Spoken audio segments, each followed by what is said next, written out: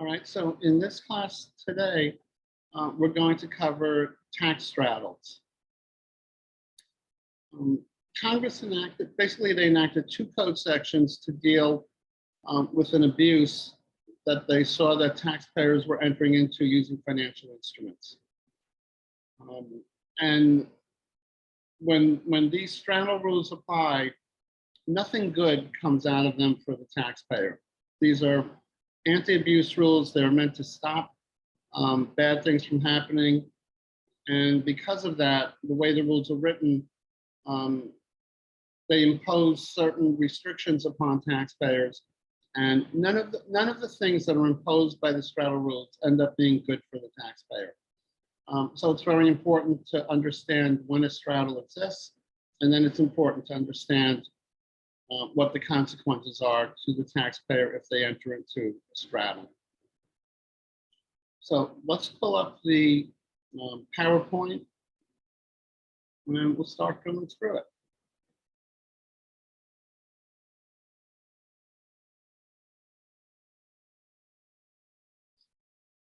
So again, we're going to be dealing with straddles. So as I said, there were two code sections that Congress enacted to deal with straddles. And these code sections are 263G and 1092. So what was it that Congress was upset about? What were taxpayers doing that Congress said, you know, we have to come up with new rules? And these rules were enacted in 1981, which is the same time that Section 1256 was enacted. And many of the straddles, many of the problems that Congress was dealing with were people were using futures contracts to create these situations. And so Section 1256 goes hand in hand with the straddle legislation. Section 1256, if you recall, said we're going to market everything at the end of the year, so that if you have unrealized gains at the end of the year in your Section 1256 contracts, you have to recognize them. Now with futures contracts, Congress didn't have a problem enacting that, because as we saw that with futures contracts, as your contract is going up in value, you can actually pull out that profit in cash. And if we're going to make you pay tax on that profit, you'll have the cash to pay that tax. Congress said we can't do that with every asset. And so we can't just have a mark-to-market rule with respect to every asset. So instead, what we're going to do to stop people from doing the abuse that we were concerned with is we came up with the straddle rule. So what was the abuse? There were two major problems that Congress was trying to deal with. So the first one was T would enter into a futures contract to buy 100 ounces of gold for delivery in January of 21-23 at $1,000 per ounce. And then at the same time, they would enter into a futures contract to sell 100 ounces of gold for delivery in February 2021-23 at $1,005 per ounce. And they would enter into these contracts in, let's say, October of 21-22. Well, if they've entered into a contract to buy 100 ounces of gold at $1,000 per ounce, and they've entered into a contract to sell 100 ounces of gold at $1,005 per ounce, just having a 1 month time in between, then have they really taken any risk with respect to the price of gold? And the answer is not really. Because as the price of gold changes, both of these contracts are going to go up in price. And as long as the $5 spread between the two remains constant, then there's no real risk to the taxpayer. So why were they doing this? And they also couldn't make any money, right? As long as the $5 spread remains, they're not going to make or lose any money. The only way they're going to make or lose any money is if the $5 spread changes. And that would change because of a change in interest rates, which is beyond the scope of this course. But there really is very little risk in this position. So what would happen? So now we're in December, and when we entered into the transaction, January gold was 1,000. Now January gold is 1,085. Or on the other hand, January gold drops to 905, and February gold is at 910. What did the taxpayer do? So let's go to the whiteboard and let's see what the taxpayer did.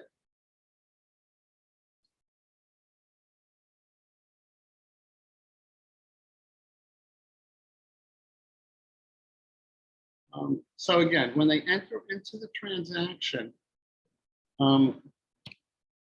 gold was at 1,000 per ounce. January was at 1,005. I'm sorry, January was at 1,000. February was 1,005. Then December, January is at 1,080. And February is at 1,085.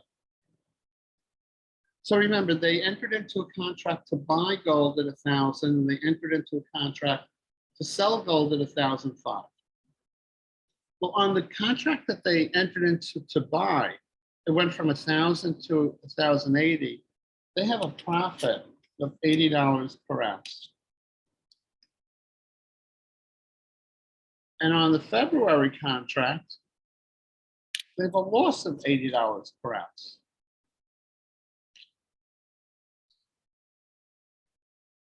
And so in dollar terms, if it's 100 ounces on the January contract, the January contract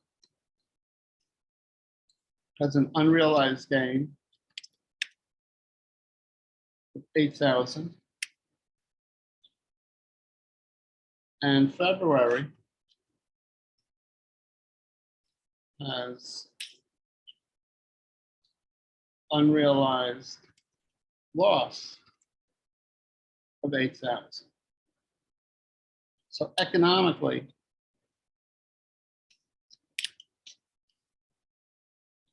they broke even. But what did the taxpayer do? On December 31st, they closed the short position.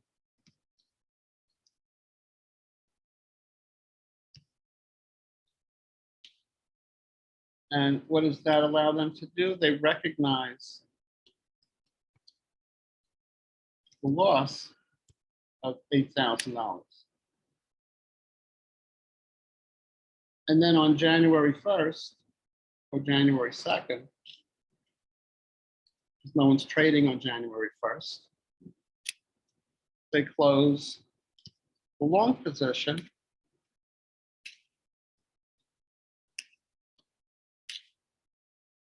and they recognize the $8,000 gain. Now, in real life, they wouldn't have taken risk from December 31st to January 2nd. They would put on another position. They would have gone short March gold to protect their January gold position. But let's just forget about that for now. Let's just do it this way. And as you can see, there is no gain or loss for economic purposes. But for tax purposes, in 2022, they have an $8,000 loss. If they have other gains,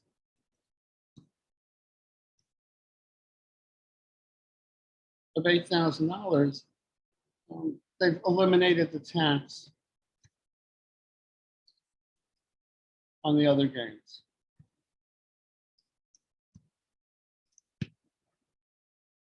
And then, I don't know if you're going to be able to, oh, okay, 2023, they start the year with 8,000 gains. And again, I apologize, you can't read the last line, but they're going to start the year with 8,000 gains. And then what did they do in 2023? So in 2023, they start the year with 8,000 of gains. And let's assume they earn an additional 8,000 during 2023 from doing their normal trading. At end of 2023, they do it all over again.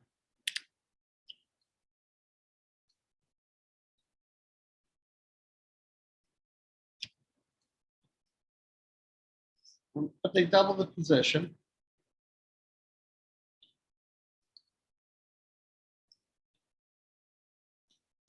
And recognize 16,000 of loss in 2023 and recognize $16,000 of gain in 2024, and then just repeat. Never pay taxes on economic gains. And traders in Chicago who traded on the futures market were doing this. And they were just doing this for year after year after year after year. And these transactions started turning into the tens of millions of dollars.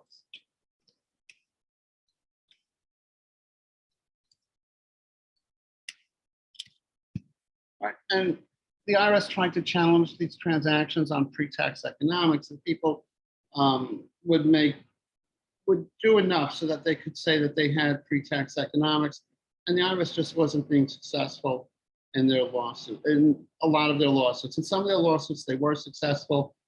For those of you, by the way, who've had Professor Barella in partnerships, Professor Barella actually worked for the IRS during this time, and he litigated some of these cases. He actually won a major case before the Straddle rules were enacted.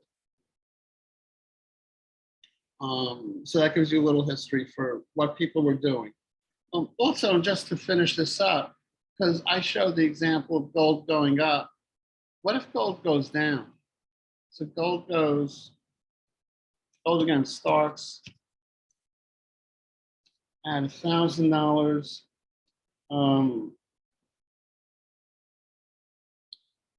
Gold starts at 1,000. So January was 1,000. February was 1,005, and now we're in October.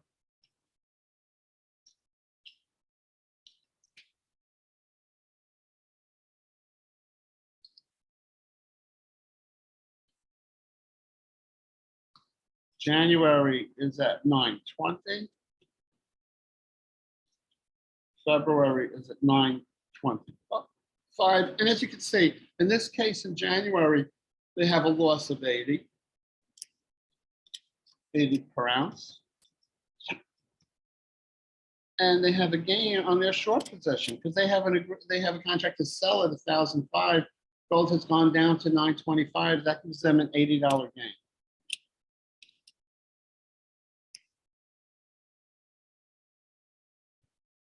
So once again, nothing happened economically. Economically, we broke even.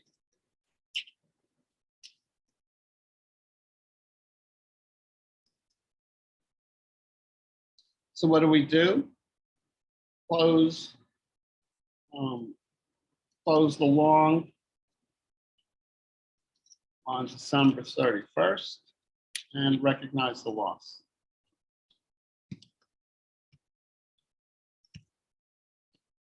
Close the short. And remember, when I say short, anytime we have a contract to sell, I'm referring to that as a short position. And again, as we know, It really isn't a short position the way we defined it for tax purposes, but that's the nomenclature in the market, that when you have a contract to buy, you're long, when you have a contract to sell, you're short. So we closed the short on January 2nd, and we recognize the gain. All right, and we've accomplished the same thing. So we don't care whether gold goes up or down. The only thing we care is that it moves. Now, if it doesn't move, then we have a problem. Then it didn't work. But we would do it in enough different instruments. We wouldn't just do it in gold. We might do gold, we might do silver, we might do a stock index, we might do agricultural commodities. So we're not going to just do one thing, because if that one thing doesn't move, we haven't accomplished anything. But we'll do it in a number of different futures contracts, a number of different commodities or assets. And as long as we get movement in some of them, we're going to be able to create this result. All right, so what taxpayers were doing was taking minimal, if no risk, in a position. The position would have 2 or more legs to it, and they would balance each other out. Some of the legs would go up in value, some of the legs would go down in value. And for tax purposes, because we measure everything on an annual basis, if we recognize the loss in the current year, that loss then goes against our other income in that current year. And then we recognize the gain in the beginning of the following year. That will then be part of our income in the following year, and we'll pay tax on it based on next year's results, except that at the end of next year, we do this all over again. And we just keep pushing it out year after year after year. And until Congress changes the law, you'd never pay tax. So this was problem number 1. So let's go back to the PowerPoint.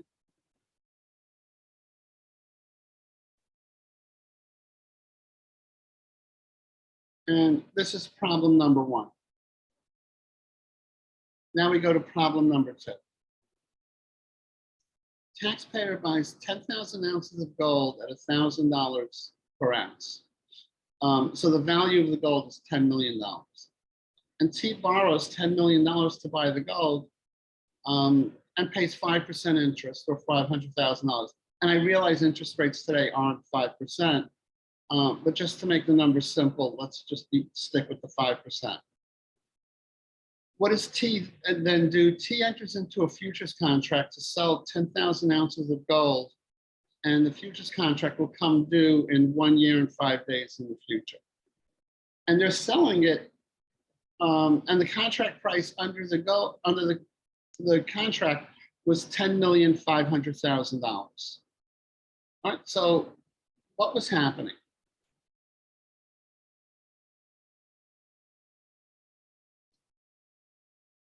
And this transaction was abusive, but it wasn't as abusive as the other transaction. But Congress still wasn't happy with this transaction either. So what was happening in this transaction? We buy gold at $10 million. We borrow $10 million, and we incur $500,000 of interest expense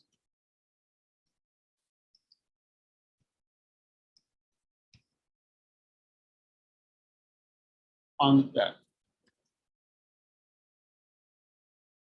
And then we enter into a contract, which is all a futures contract is, right? We're promising to sell our gold for a fixed price 1 year and 5 days in the future.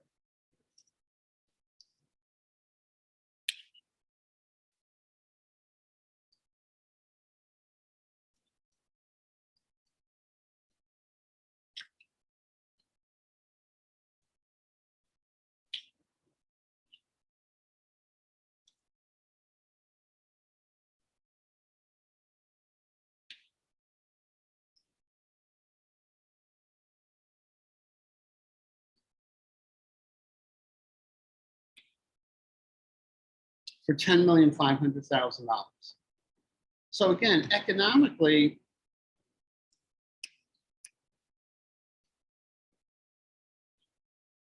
we're selling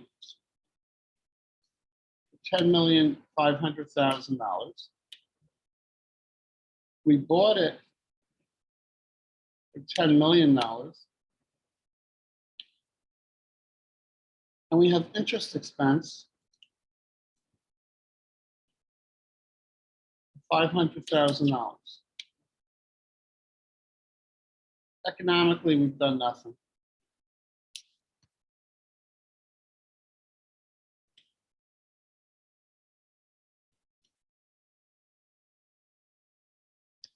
So why did we do this? And why do we do this? We did this for tax reasons. Because for tax purposes, the interest expense was treated separately from the gain on the gold. So we have interest expense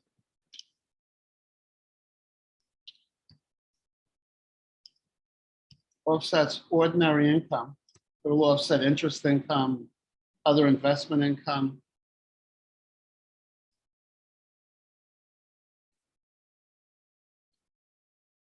And that income was taxed at 37%. And the gold is a capital asset.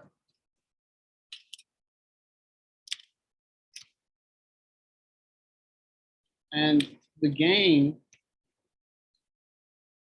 is taxed at 20%.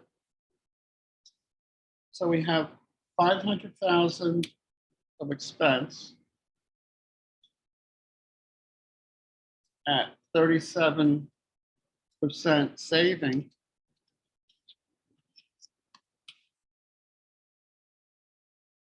We save 185,000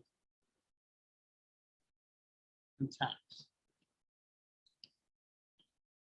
We have $500,000 of income at 20%, and the tax cost is $100,000.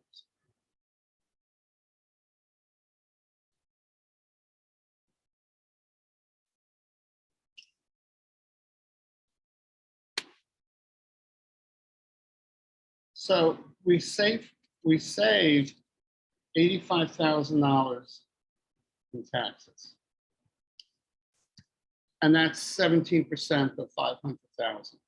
So we haven't done anything economically, but we've saved $85,000 in taxes. Now, at least these people were paying taxes. Right? The people in Chicago just were never paying taxes. This trade was being done mostly by the investment bankers in New York, and the people in New York were paying taxes. But Congress wasn't happy with this trade as well. And once again, when they buy gold and they're holding the ounces of gold, they're holding 1,000 ounces of gold. They've entered into a contract to sell 1,000 ounces of gold at a fixed price. They have no risk with respect to the price of gold. If the price of gold goes down, goes to zero, everyone decides gold is worthless, it doesn't matter. So yes, they're going to lose the value of the gold they're holding, is going to be lost, but they've got a contract where someone has agreed to buy from them for $10,500,000. That's a fixed price. As long as that person doesn't default on their obligation, they're going to receive $10,500,000. And if the price of gold goes up to 100 million, it doesn't do them any good, because the gold that they own, yes, is now worth 100 million, but they've got an obligation to deliver it and sell it for $10,500,000. So no matter what happens to the price of gold in this transaction, they're making $500,000 on the gold. They're incurring $500,000 of interest expense. There's no gain or loss on this transaction. All that we're doing this for is to save taxes. So Congress didn't like this. And by the way, this has been going on, for years and years and years prior to 1981. And finally, in 1981, they changed the law. And since 1981, you can't do this transaction anymore to obtain tax benefits. So let's go back to the PowerPoint. And let's see what Congress did. So so the solution, how do we solve these problems? And we come up with 2 new code sections. Back in 1981, these were new. 263G and section 1092. 1092 is the straddle legislation. And the major rule of section 1092 is a loss deferral rule. And what it says is that if you recognize loss on one leg of a straddle, and we'll get into what straddles mean, how they're defined, and what legs are.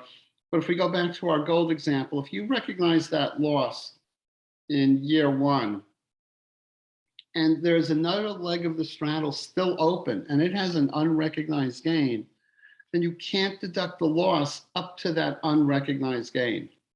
So in our transaction where we took the $8,000 loss, but we had an $8,000 of unrecognized gain remaining in the other leg of the straddle, you can't deduct it. All right, so that gets rid of problem number 1, really. And now we go to the second one, section 263G. And 263G says, if you have a straddle and you incur interest costs or carrying costs, with the gold, you might have had to put the gold in a warehouse and you had warehousing charges as well, then those costs can't be deducted. Instead, they're added to the basis of the gold. So if I just go back quickly to the whiteboard, because that still has the gold example on it. What 263G says is, let's see if I make this bigger. I'll have enough room. So under 263G,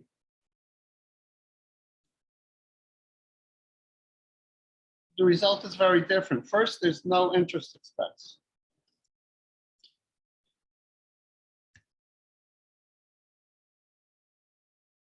Instead, it's capitalized. It's added to the basis of our gold. So in determining the basis of gold, we start with the purchase price. That's $10 million. We add the interest expense.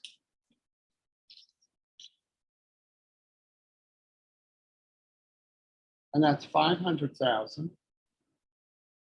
And now our total basis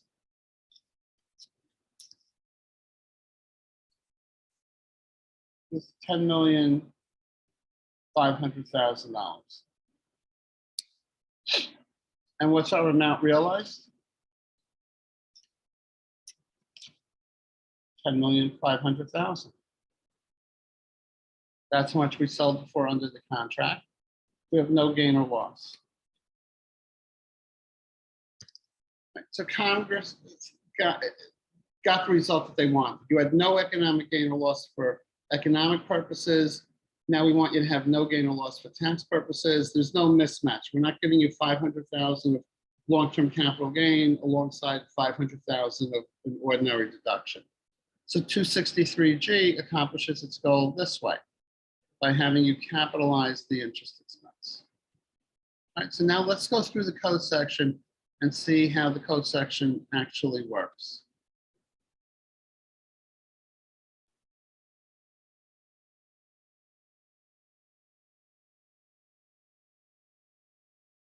Okay, so the first question is, what's a straddle? So when I gave the example with gold, January gold versus February gold, it's easy to see that there's really no risk in that transaction. So it's not that easy to define when you're making a statute. So what the statute says is that a straddle consists of offsetting positions with respect to personal property. So for whatever reason, the straddles do not apply to real estate. So if you want to enter into a transaction with a building and then somehow hedge the risk of loss on the building, it's not going to be caught by the straddle rules. So it only applies to personal property. And then, so the next thing is, what is an offsetting position? An offsetting position, if there is a substantial diminution of risk of loss from holding any position by reason of holding one or more other positions. So again, let's just go quickly back to the whiteboard.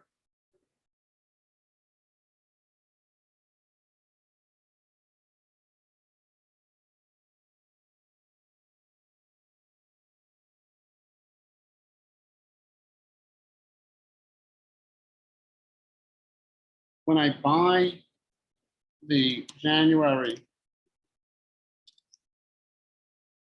gold contract,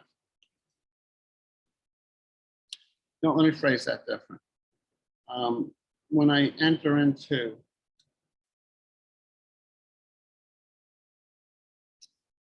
the January gold contract to buy at 1,000,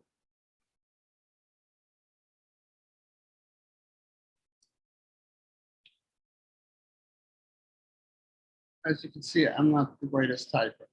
To buy at $1,000 an ounce,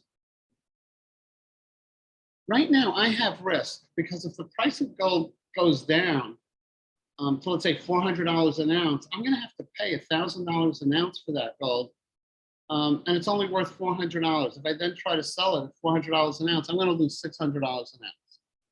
So when I enter into the contract to sell gold at 1,005 an ounce, I no longer have to worry.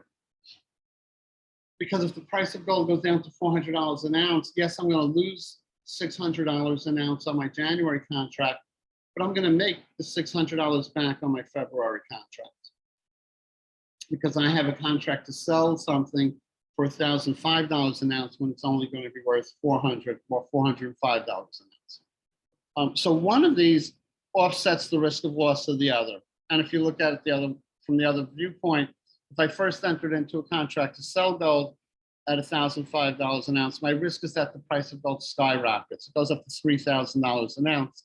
Well, now I've got a problem. I'm going to sell something that's worth $3,000 an ounce for $1,005. I'm going to lose money on that contract. However, by buying the contract, entering into the contract to buy gold at $1,000 an ounce, I've just offset that risk. So this is a perfect example of a straddle where we've got two positions, and holding one position substantially diminishes the risk of loss from holding the other position. That's what you have to try to look at. So in determining whether you have a straddle or not, look at one of the positions and then see what you did. See if you've diminished the risk of loss of that position by entering into a new position someplace else. Now, the problem with substantial diminution of risk is it's not defined anywhere. It's not defined in the code. It's not defined in regulations. It's just words. It's substantial diminution of risk. I don't really have something that I can point to tell you this is a substantial diminution. This is not a substantial diminution of risk. I think the example I just showed you is something I can point to and say that is a substantial diminution of risk.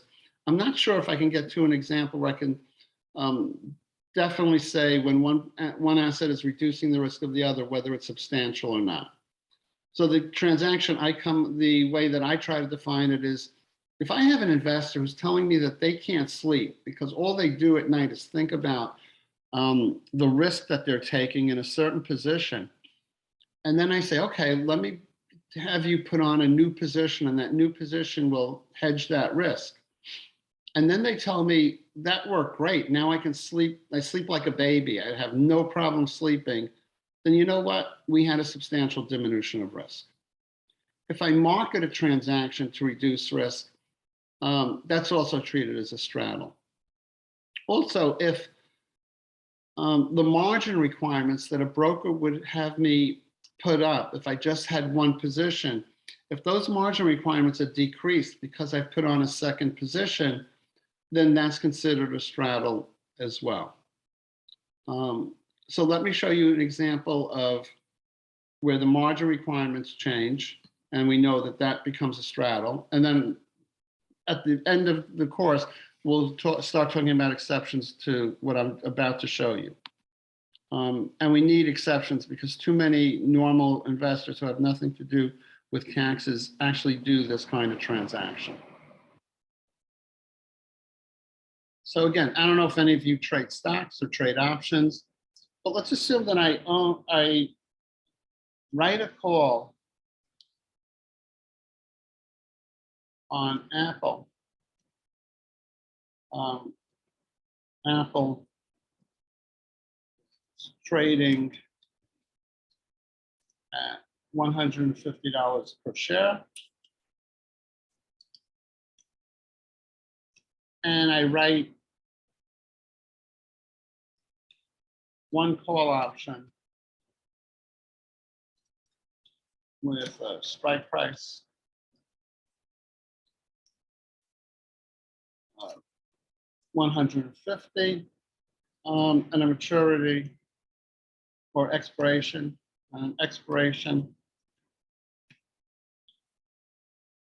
of May 2023, May 2022.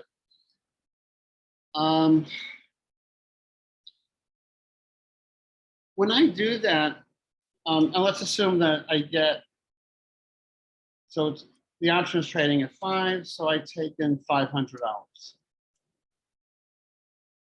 My broker is going to say, that's nice that you did this, but there's a chance that Apple's going to keep going up. And if Apple keeps going up in value, you've entered into an obligation that you've got to sell at $150 a share. And if Apple goes up to $200 a share, you're going to lose a lot of money. How do I know you're going to be able to make good on that contract? How do I know that you're going to be able to sell Apple at $150 a share when it's trading for $200 a share? If you have to go into the marketplace to buy the Apple at that time, you're going to have to pay $200 a share, and you're only going to be able to sell it for $150 a share. You will have lost $50 per share. You're going to lose $5,000. How do I know you're going to be able to do that? And what the broker does is the broker demands a deposit, and that's called margin. And if it's an option on a single stock,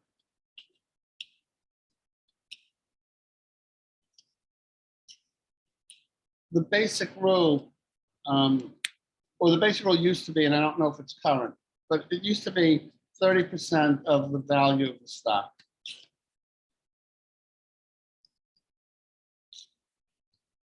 So in this case, they would ask you to post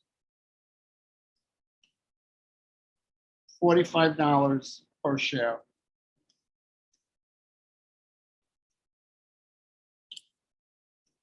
And then as the price fluctuates, if the price starts going higher and higher, they're going to keep asking for more and more money. But that would be your margin requirement.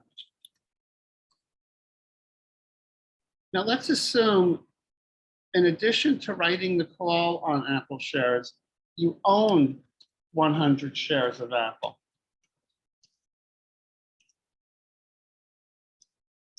Well, if I own 100 shares of Apple, the broker is no longer worried, because Apple can go up to $1,000 an ounce, $1,000 a share, and it doesn't matter. You own the 100 shares. You could just deliver your shares. And because they're no longer worried, there's actually no margin requirement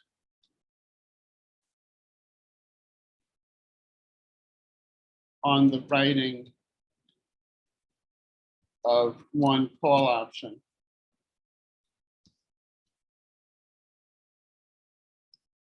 Right? So because the margin requirement has been decreased.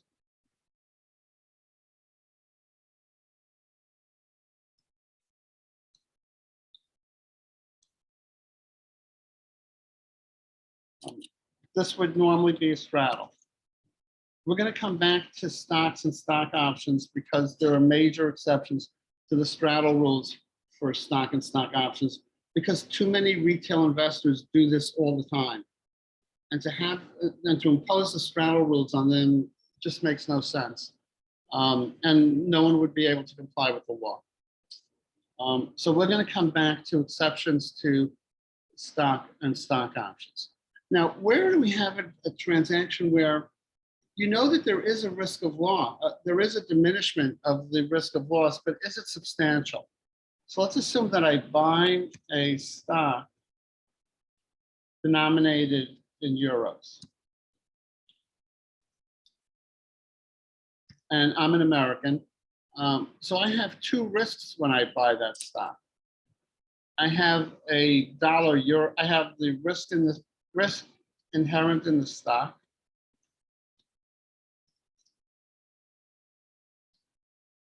And I have a currency risk.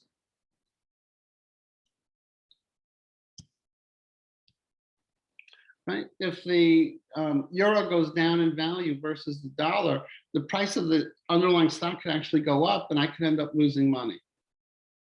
So I hedge the currency risk.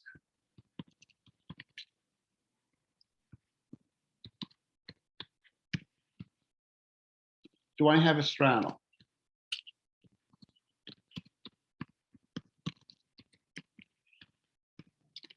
And the answer, I don't know.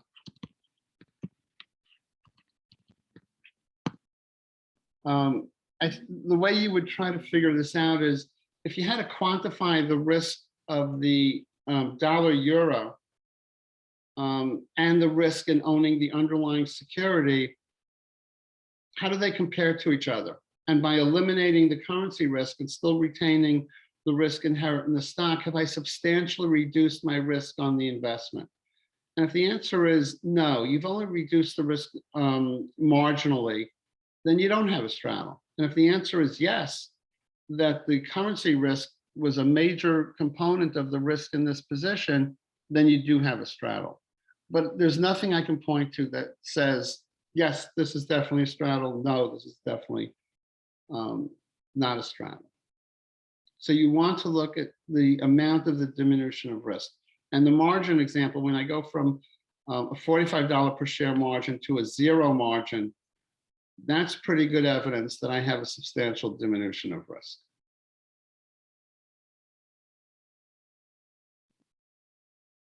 Okay, so eventually we have to figure out if we have a straddle.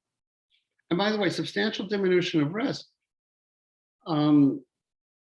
is the easiest rule to fall into when we start looking at rules like substantially identical, right? When we under code section 1091 and 1233, when we talked about wash sales and short sales, we were talking about substantially identical stock. There, they have to be identical. They have to be the same thing, very close to the same thing. There are other sections that talk about substantially similar. This one is just a substantial diminution of risk. The two assets can be very different, but if one diminishes the risk of loss of the other, I have a straddle. This is the easiest of those tests to fall into, which also means that if you avoid a straddle designation, you certainly avoid something being deemed substantially identical. And we'll talk about that later. Okay, so what happens? So now we try to determine if we have a straddle, and we have a straddle. If that happens, none of the consequences are good. The first thing that happens that we've gone over is the deferral of loss. Any loss with respect to one or more positions shall only be taken into account to the extent that exceeds the unrecognized gain, which we're offsetting. And we measure that, by the way, interestingly enough, at the end of the year. So let's again just go back to the whiteboard.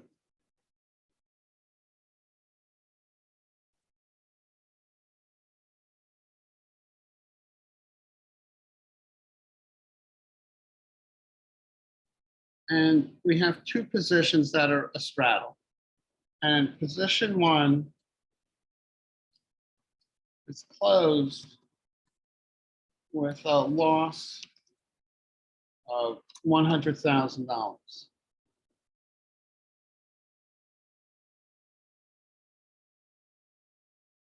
And at the end of the year,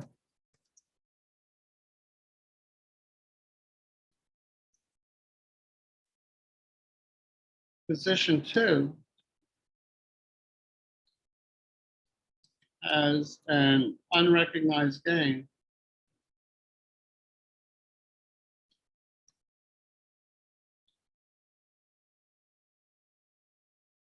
of 80,000. So under the straddle rules,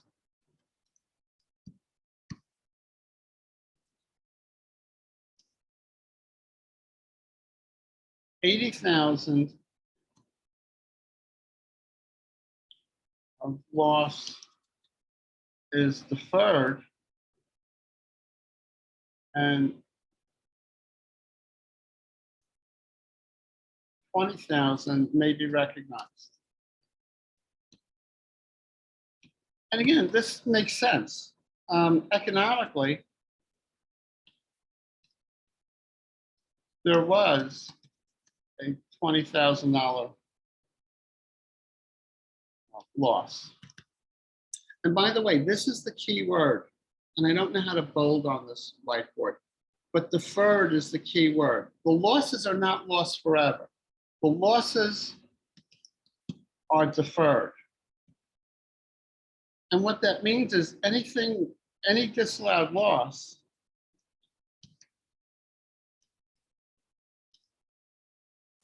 under the straddle rules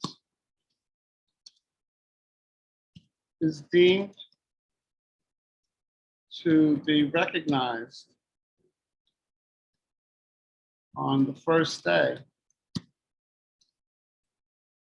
of the following year.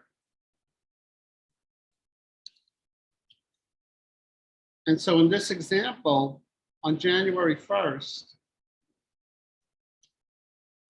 again, assuming a calendar year, we would now recognize the 80,000 deferred loss. And then on December 31st, we would measure the unrecognized gain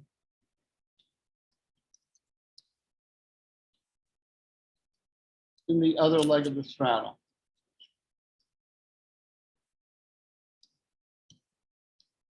Now, if we dispose of the other leg of the straddle sometime during the year, then there is no unrecognized gain, and we can now recognize the loss. If we continue to hold that other position, we do the test again. And if there's 80,000 or more of unrecognized gain, we can't recognize the loss again, and then it moves over to the next year. If there's only 60,000 of unrecognized gain on December 31st, we can now recognize another $20,000, and we would defer the 60,000 to the following year. So as long as the other position is held open, we keep doing this test year after year after year. But eventually, if the gain goes away, we will be able to recognize the loss. If the gain never goes away, we can't recognize the loss.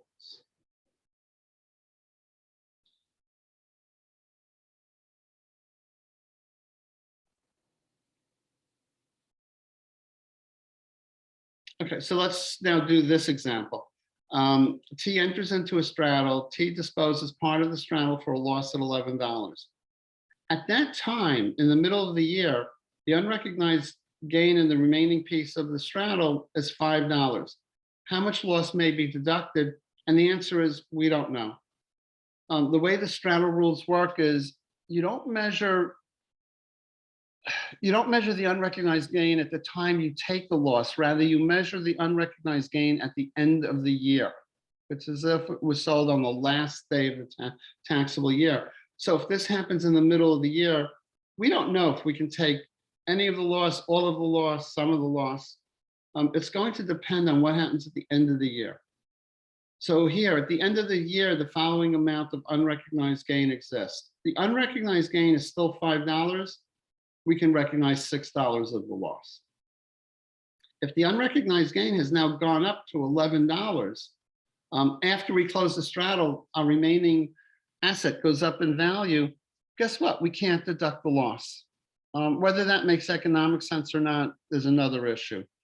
It clearly doesn't. You should really be measuring it at the time that you dispose of the loss leg, but that's not how it works. And then finally, if the unrecognized gain goes away and our unrecognized gain at the end of the year is 0, we can deduct the entire $11 loss. So look at the loss, look at the unrecognized gain at the end of the year, see if there was an economic loss. If there truly was an economic loss, you can deduct that. If there is no economic loss, by comparing the recognized loss to the unrecognized gain at the end of the year, you can't deduct anything. All right, so that's a strange result. And again, as I said, any loss which may not be taken into account shall be treated as being sustained in the succeeding taxable year. So we're just deferring losses. We're not disallowing losses under the straddle rules. All right, so now let's go through another example. And this is where the rules start to become, in quotes, unfair, or when you have your clients, they're gonna not be happy. If your client was T, and you're gonna tell T what the tax answer is, T is not going to be happy with you. So let's see why that is. T owns 10,000 shares of Corporation X, and T has a basis of 0 in those shares. The fair market value is $1 million. T writes calls against the stock, and they're not qualified covered calls. We haven't gotten into what a qualified covered call is, but what that means is it's a straddle. Right? So the calls in the stock form a straddle. T closes the calls and recognizes $200,000 of loss on the calls. And then 2 days later, T sells $200,000 worth of stock. And because T has a 0 basis in the stock, T has $200,000 of gain, and T now still has $800,000 of stock remaining at year end with $800,000 of unrecognized gain. What amounts of gain and loss are recognized for tax purposes? So again, let's go back to the whiteboard.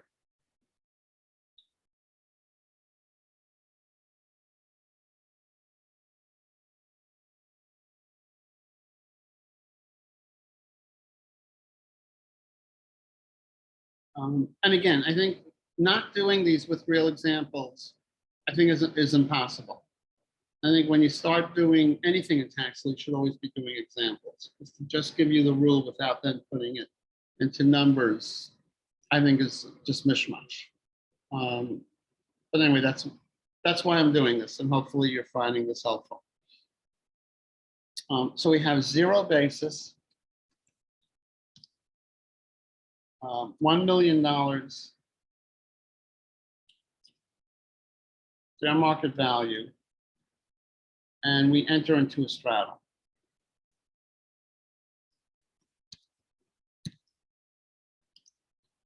With calls. Then we lose $200,000 on the calls.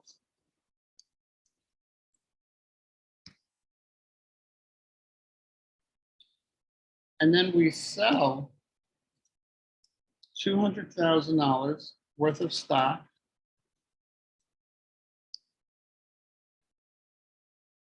and recognize, and I'll take that back, and have a $200,000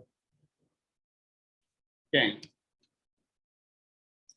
And your client, what your client is going to think without any doubt, client will think they have no tax, they have no net gain or loss for tax purposes. Right. That's what your client is going to be thinking. And why are they going to be thinking that? They have a $200,000 loss on the calls. They have a $200,000 gain on the stock. The two wipe each other out. There's no gain or loss. Except that's not the way the tax rules work. So now we go to the tax rules. Gain must be recognized.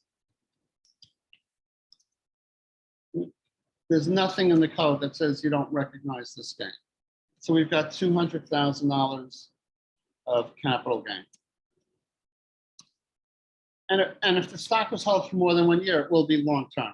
So we're going to get to what happens to holding period in a straddle. But if the stock was already held for more than 1 year, nothing happens to it. So we have a long-term gain, so that's nice. But what about the loss?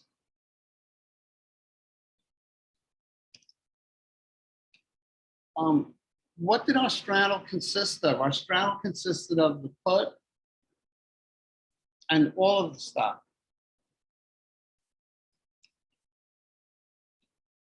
What's our unrealized gain at the end of the year? $800,000. What's our loss? $200,000. Our loss is less than our unrealized gain. No loss may be deducted.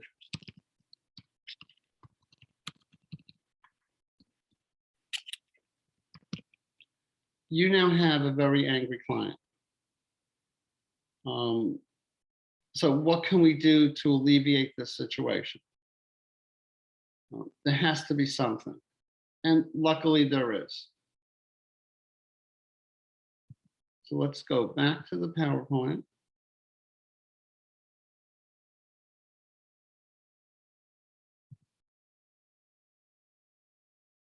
And what you can do to alleviate the situation, and taxpayers do this all the time, and I'll give you, it's going to lead into something we're going to talk about in the next class. We're going to talk about constructive sales and how we get around, how we try to avoid constructive sales. And I'm jumping ahead, but when we do that, we create straddles, and we will always identify those straddles. And why do we do that? If you identify a straddle, we end up with a whole different set of straddle rules applying. The loss deferral rules just do not apply. And what we do instead is we take the loss and we add it to the basis of the other leg of the straddle. And that helps us somewhat. It doesn't help us totally in the situation we just went through. But I'm going to go back to the whiteboard and show you what happens if we identify the straddle and why it's really a fair result. So what happened here is we sold 1/5 of our position.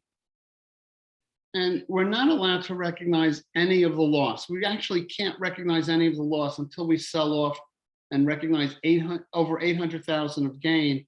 And then once we get over the 800,000 in total gain that we recognize, we'll be able to start recognizing losses. So the taxpayer would have had to have sold $800,000, recognized $800,000 of gain. That would have left them with 200,000 of unrecognized gain. We still have 200,000 loss. We still can't recognize any of the losses. But once they recognize more than 800,000 again, we can start recognizing the loss. And that's it's a terrible result. But what we can do instead is identify the straddle. If we identify the straddle and we lose $200,000,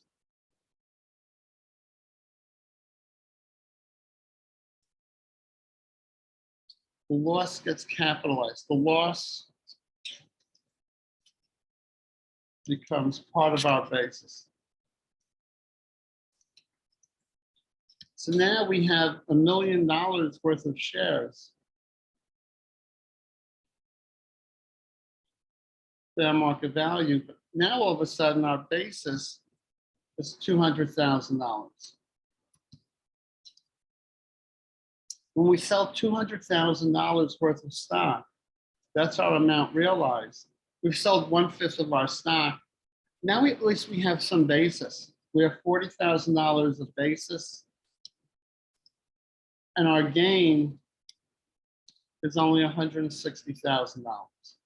So in effect, we were able to, in effect, recognize $40,000 of our loss.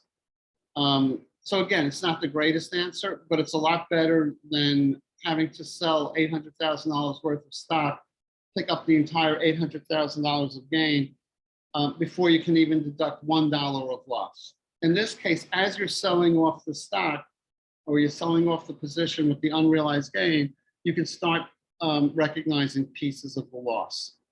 And this really is a fair result. So how do you identify the straddle? On the day you enter into the straddle,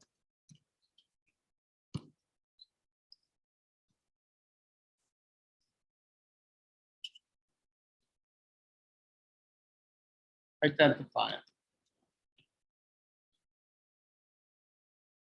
And you do that on your own.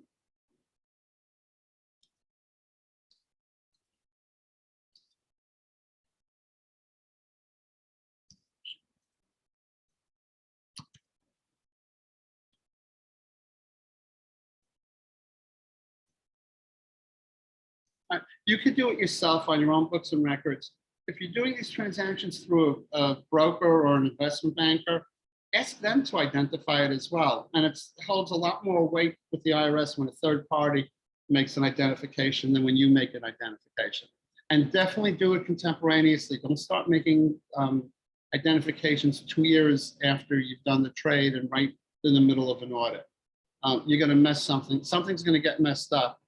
And then you're going to have real problems. All right. So just know when your clients are doing transactions where they know they're entering into a straddle, they know they're purposely hedging their risk of loss, just tell them to identify the straddle.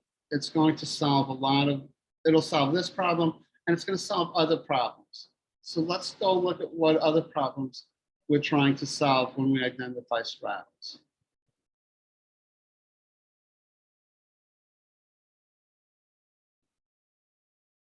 I'm going to come back to this slide. Let me just see what no, okay. So when I say nothing good comes out of having a straddle, I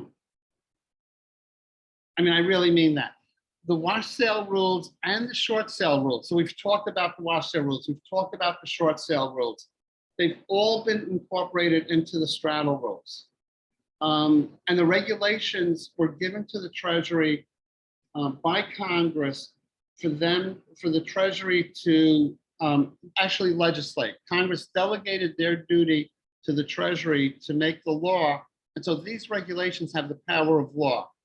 If you don't like these regulations, you've got a real problem. The only way you can have these regulations overturned is to somehow argue that they're unconstitutional, which is virtually impossible. You can't say that these regulations misinterpreted the law because they are the law. The regulations don't have a married put exception, and what that refers to is in 1233, if you remember, if you buy stock and you buy a put on the same day, you could marry them and that put wasn't deemed to be a short sale. That rule doesn't exist anymore. It's not in the straddle rules. And what I want to do now is, by the way, show you. So because the short sale rules and the wash sale rules have been incorporated into the straddle rules, what does that mean? And what that means is now not only are we fooling around with the recognition, not only are we fooling around with the recognition of the timing of losses, now we're starting to affect the nature of the loss. And why are we affecting the nature of the loss? Because we've incorporated the short sale rules. Sorry, I keep hitting the wrong button.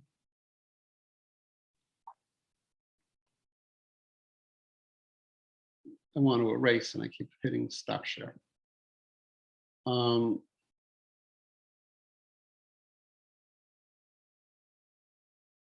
Okay, so what happens because we've incorporated the short sale rules?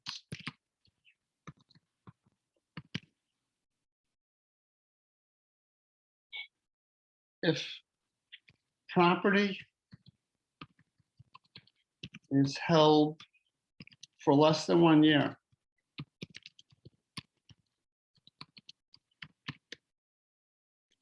and we enter into an offsetting position,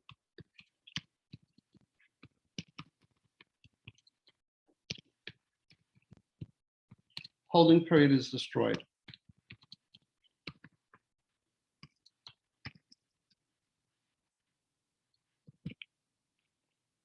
Right? If property is held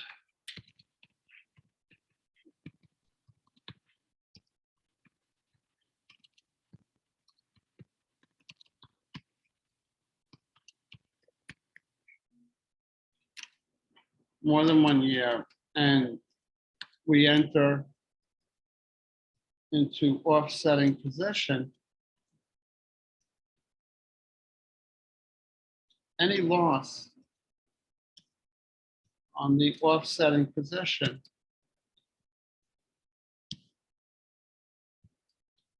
is long-term.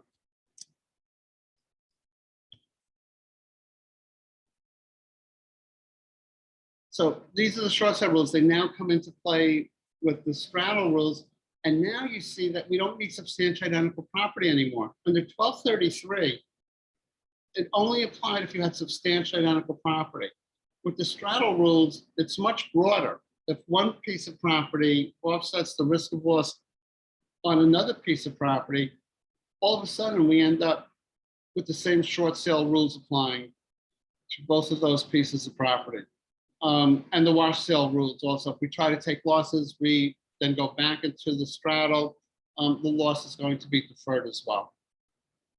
So all of these rules, all these abuse rules are now being incorporated, or anti-abuse rules are now being incorporated into the straddle rules. The straddle rules are extremely anti-taxpayer. And like I said, I can't think of anything good that happens when you're in a straddle.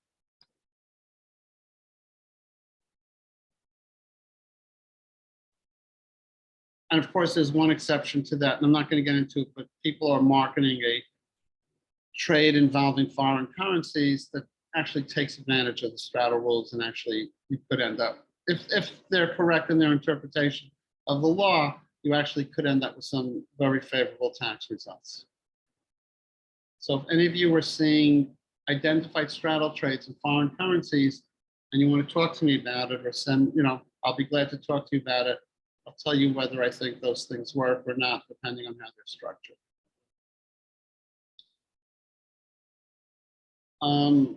Again, we talked about this. So personal property. So not only is it just personal property, but it's got to be personal property that's actively traded. A position is any interest. And by the way, we have related party rules. So if we have two spouses doing straddles, one spouse is doing one leg, the other spouse is doing the other, that's a straddle. If there are two corporations, part of a consolidated return, one company is doing one thing, the other corporation is doing the other, that's a straddle. And if we have partners and partnerships, the straddle rules are going to apply to them as well. All right, so just know that there are related party rules in applying the straddle rules.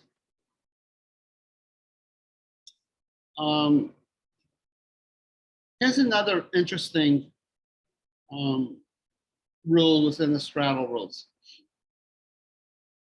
And that is, we have a straddle, and then we're going to physically settle the position. And there's a special code section, 1092-D8. And what that code section says is, we treat the position as terminated. So the position that's being cash settled I'm sorry, that's not being cash settled, that's being settled by delivering property is treated as though it were sold. And then you sell, and then you treat the property as being sold for its fair market value. And why do we need this? And really, you have learned enough that you'll be able to see why we need this when I give you the fact pattern. So again, we have T owns own stock with a zero basis, a fair market value of $1 million. And again, they're writing calls that are not qualified. So they have a straddle. The stock continues to appreciate, and there's $1.5 million of unrecognized gain on the stock and $500,000 of unrecognized loss on the calls. The stock and the calls are clearly a straddle. But what T does is they buy new stock and they deliver the new stock against the exercise of the calls. So let's see what happens. All right. So remember, they're buying new stock and the calls are going to get exercised. And instead of delivering the original stock, they deliver the new stock.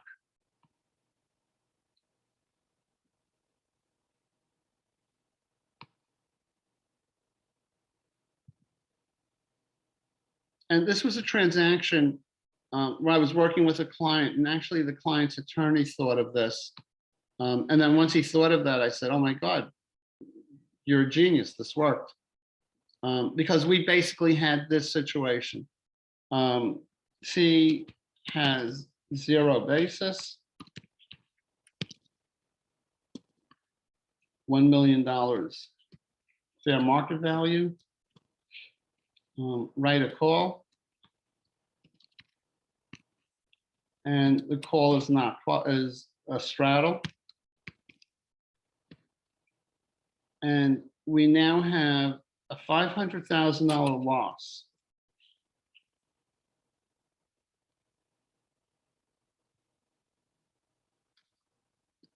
With respect to the call.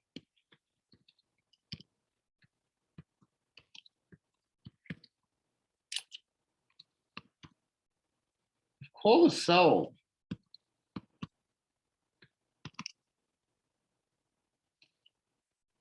or if call is closed, since we wrote the call, the way we would close the call would be by buying it back. So if the call is closed, we're going to have a $500,000 loss, but it'll be disallowed under the straddle rules.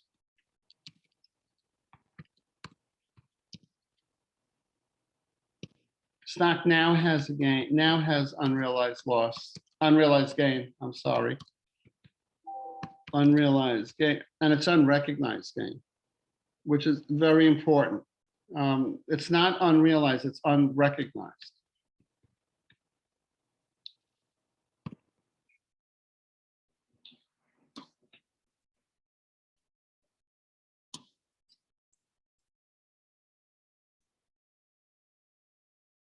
Right? So we can't so if we sell the call at a loss, if we close it out at a loss, we can't recognize it because the straddle rules are going to apply.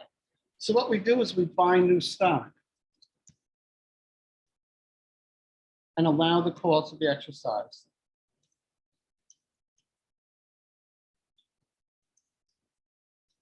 So if you remember, when a call is exercised, the transaction, all of a sudden, the transaction is treated as a sale of stock. It's no longer an option transaction. It's a stock transaction. Well, if it's a stock transaction, I'm going to buy the stock at high price and deliver against the call with a lower strike price, I'm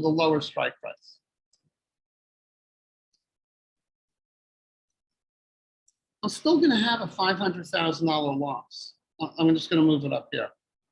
We're still going to have a $500,000 loss, but for tax purposes now, the loss is deemed to occur with respect to the new stock.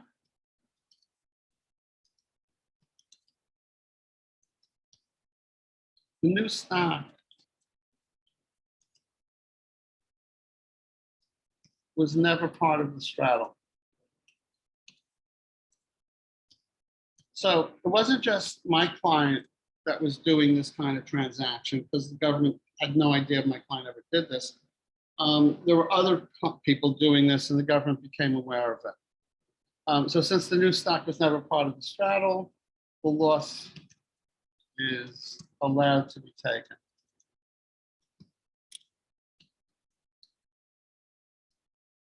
So now we have 1092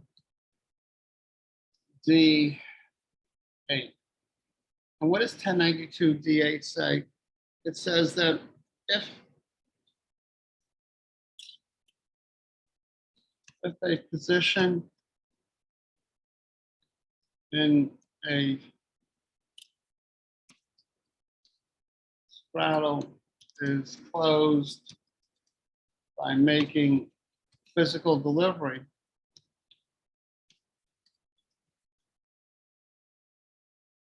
then treat the position in the straddle as being closed for its fair market value, and treat the property delivered as being sold for its fair market value. So if we go back to my transaction, when we deliver the stock, because of this rule, we're going to have a loss on the call of $500,000. So I don't know if my picture is in the way, of $500,000. And we're going to have no gain or loss on new stock. Now the loss is disallowed. All right, because now the loss goes back to the option where it belongs, because economically that's the property that really incurred the loss. It's only that we had this funny tax rule that if I buy new stock and deliver the new stock, all of a sudden the loss gets transferred over to the new stock. So that's why they came up with 1092 D8, and that's the rule that we now have. So let's go back to the PowerPoint. And I know we're covering a lot of different transactions, a lot of different things. So you might want to review all the material or really play this, I guess, very slowly, but make sure you're taking good notes.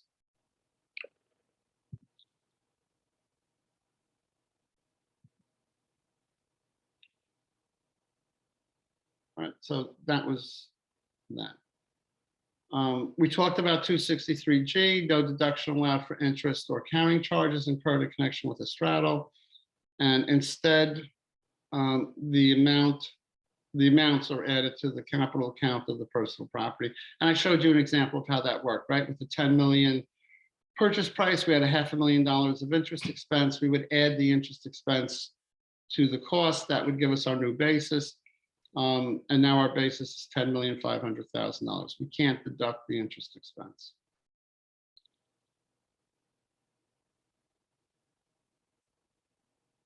And how much, if you were doing this with property that was throwing off interest income or if it's throwing off dividend income, it's only the excess of the interest expense over the amount of income that's being generated by the property and that you're picking up anyway. But when these transactions are being done, they're very rarely being done with things that throw off ordinary income on their own. If they do, it's only the excess of the interest expense over the amount of income that's being picked up. So let's do an example.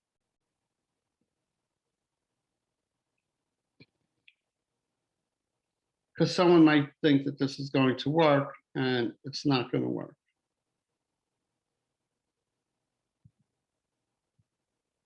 Well, or let's do it this way. T buys a bond.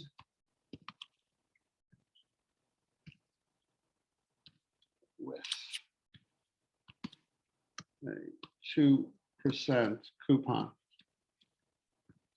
And then T hedges.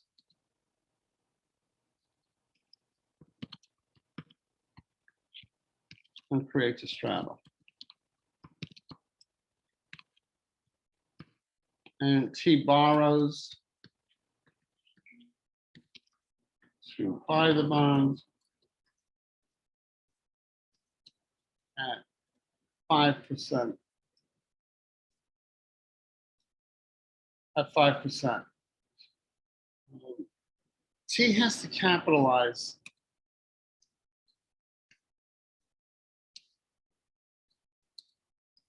the interest expense. But because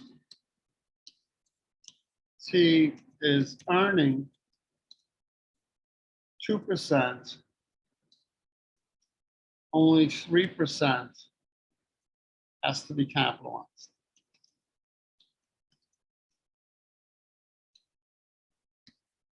It is the excess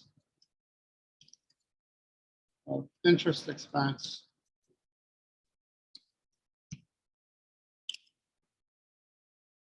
over the ordinary income.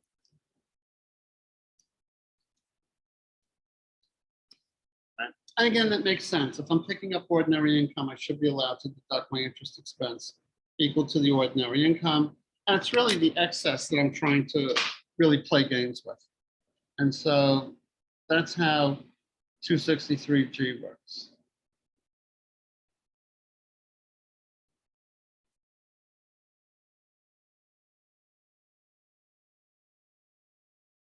All right, so that solved problem number 2.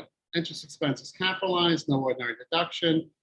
And by the way, because the short sale rules apply, we never even got any holding period in the gold now. When we buy the gold and enter into a contract to sell it with a year later, we've created a straddle.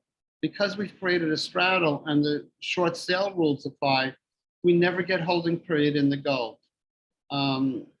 The gold's holding period just never accrues as long as the contract is open. So, you know, they've solved that problem 2 different ways. Any gain or loss from the gold transaction will now be treated as short term. And by the way, there won't be any gain or loss because we're going to capitalize the interest expense in any event. Okay, so now we run into some other questions with straddles. And this is, again, is going to show again why it's so important to identify straddles in certain situations. So let's start with the first one. T owns 10,000 shares of stock and they purchase 100 at the money puts. Does T have a straddle? So let's just go to the whiteboard again and let's see what that means in English or with numbers. We see what it means in English, but it's hard to understand what it means in English without putting it into numbers, or at least it is for me. So T owns 10,000 shares of Apple. Apple's my stock for today. And Apple's trading at $150 per share. And T buys 100 puts on Apple with a strike price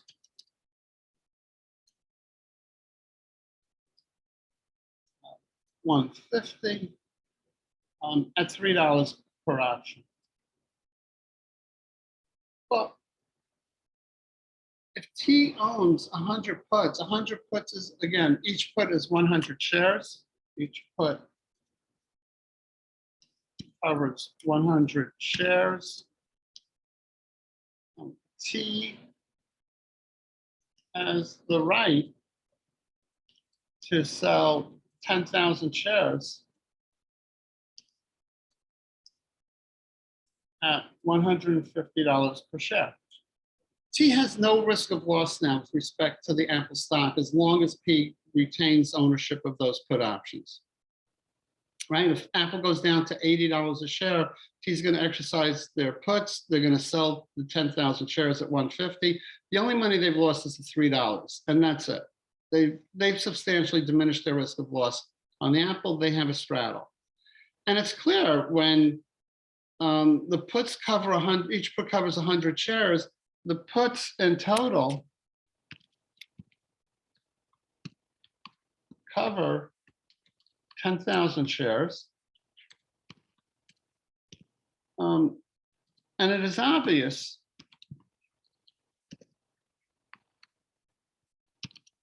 that the puts substantially diminish the risk of loss on the 10,000 shares. And as I'm typing, I realize I'm not looking at you, so I'm going to try to look at you when I talk. All right, so here the puts cover 10,000 shares. We own 10,000 shares. I think it's pretty safe to say we have a straddle on 10,000 shares. So now I want to change the facts. We do 100 puts again. I don't know what I just pressed. I hope I didn't mess anything up. 100 puts. But instead of owning 10,000 shares, we now own 10,200 shares. Remember, the straddle rules are substantial diminution of risk, not substantially identical. You know, if it was substantially identical, I think I'd have a good argument that my 100 puts only covers 10,000 shares. That's my straddle, leave me alone. But that's not the rule. It says, do I have a substantial diminution of risk? And I think when I have 10,200 shares, and I have puts covering 10,000 shares, that sounds to me like I've substantially diminished my risk of loss on all 10,200 shares. I think that would be a very difficult argument for someone to make with the IRS. Diminished risk of loss on all of the shares. Right? I've completely eliminated the risk of loss on 10,000 shares. I think I've substantially diminished the risk of loss on 10,200 shares. So now let's change the facts again. And this time I own 1,000,000 shares. And I buy 100 puts. And again, the 100 puts covers 10,000 shares. I think we can easily say that buying those 100 puts did not substantially reduce my risk of loss on my 1,000,000 shares, right? So here we do not have a substantial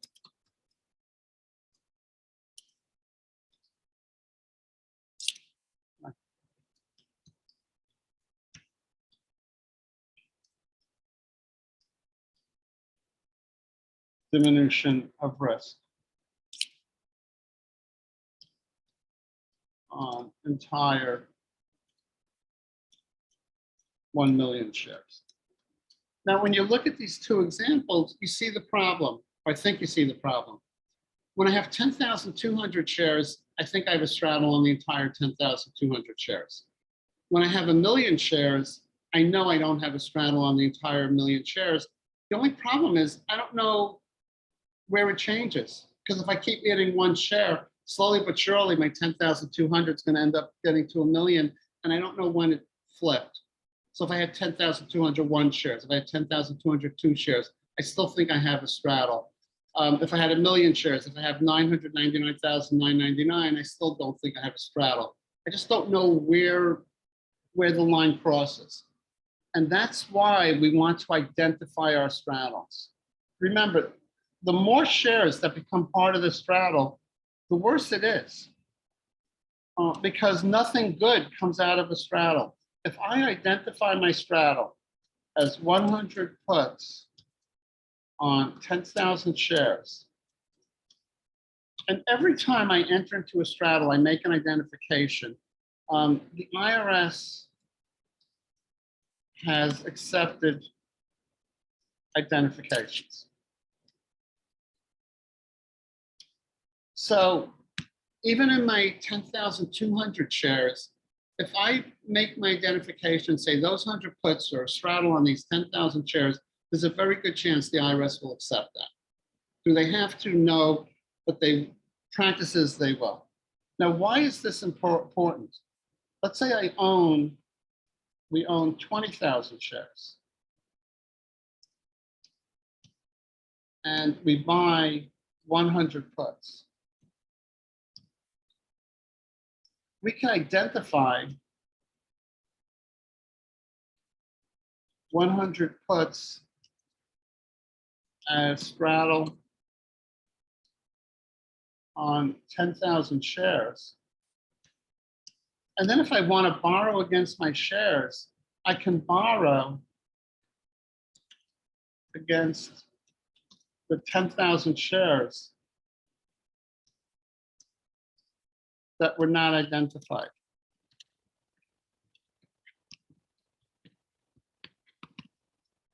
Now I have a borrowing that's being collateralized by shares that weren't identified. The interest expense does not have to be capitalized.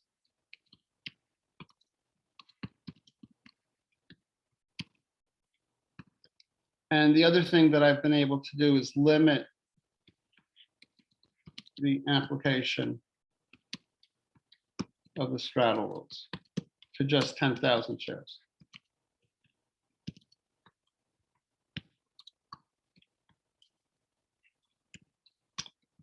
We're going to see in the next class when we talk about constructive sales that people are going to have very large positions and they want to hedge a portion of those positions. They will always identify their straddle.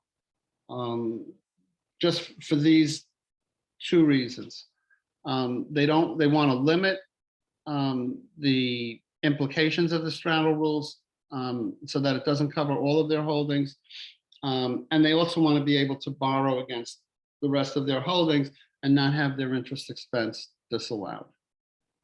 So identifying a straddle can be a good thing. And again, as we saw, if you then are going to recognize a loss on your hedge, and then you want to reduce your position and you're recognizing gain, part of that loss will be, you'll be able to recognize when you slowly but surely wind down your position.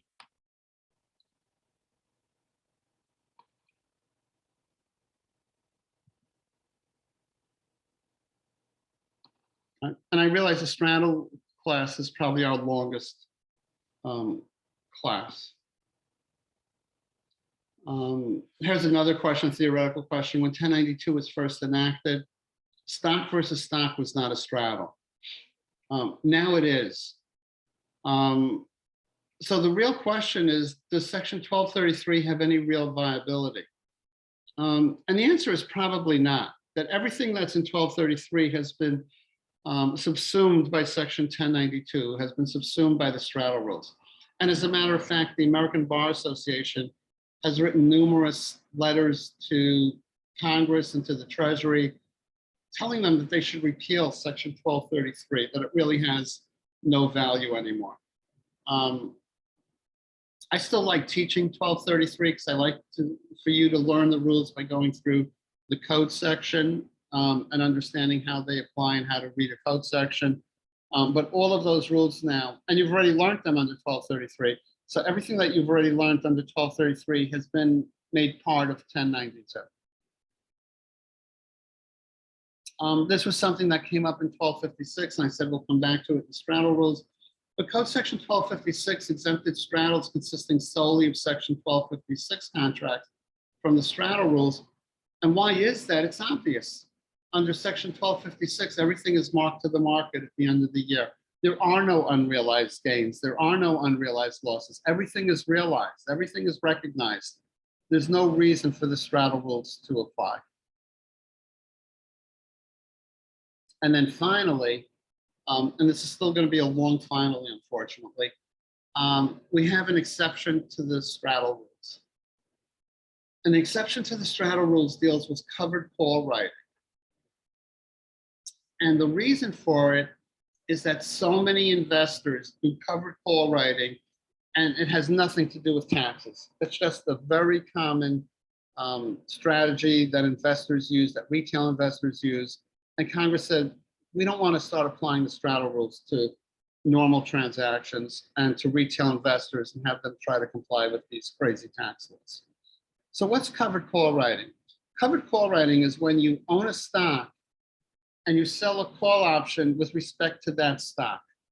And why do investors do that? They do that because it's a nice way for them to earn additional income if their stock doesn't move that much. So let's look at a typical covered call transaction.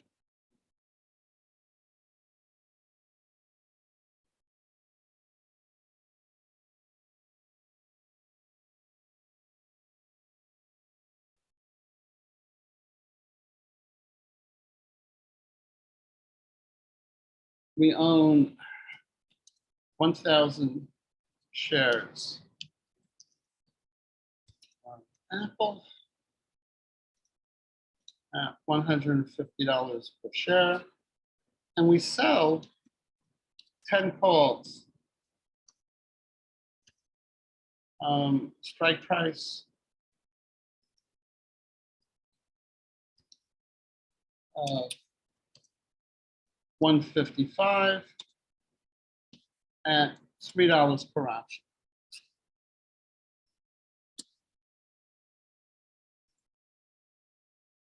So if we're selling 10 calls at $3, we're taking in $3,000, $3 of premium. And as long as Apple stays below 155 by expiration,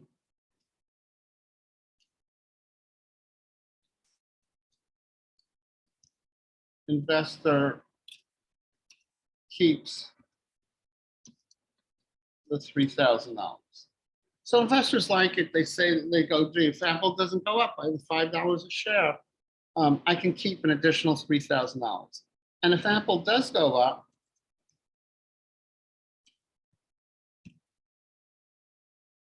and the option is exercised,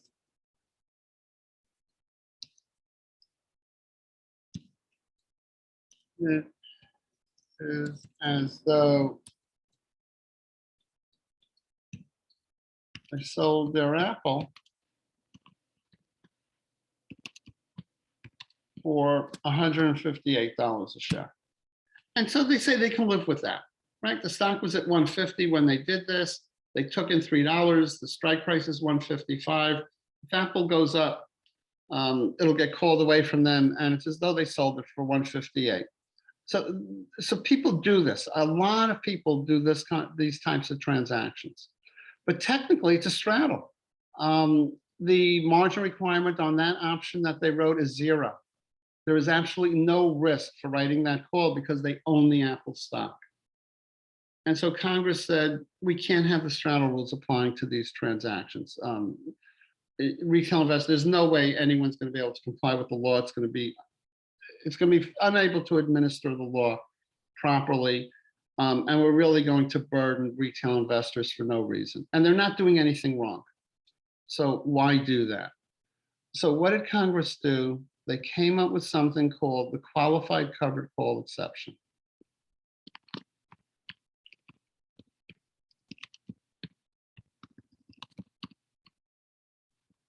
And what's the qualified covered call exception? The straddle consists solely of the call and the underlying stock.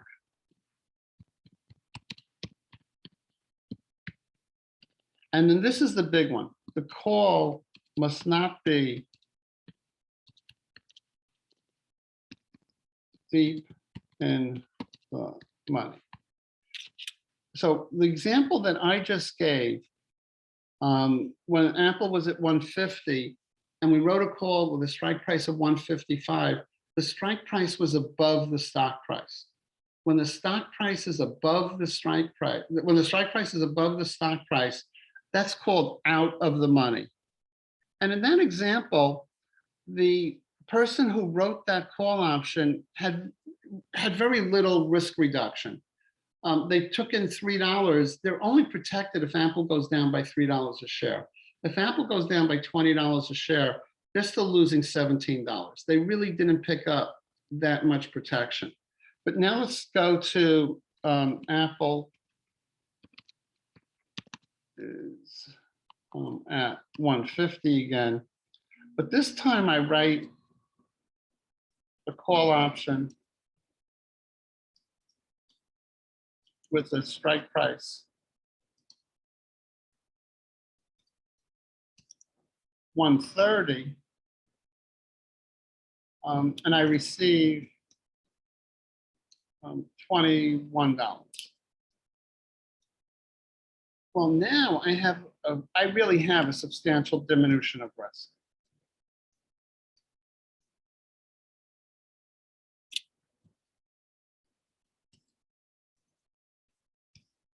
On the stock.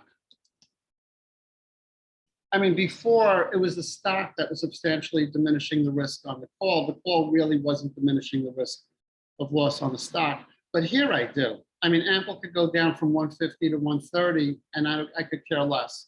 I haven't lost any money. So Congress said, you know, you're taking on you're diminishing too much risk. Plus this isn't a normal transaction. People don't do this. You must have some ulterior motive for doing this. And if you're going to do this, we're going to make the straddle rules apply. So this call will be deemed, this call will be a deep in the money call.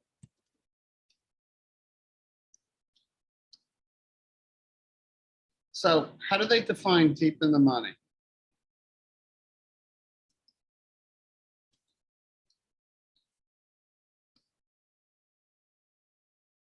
It's the highest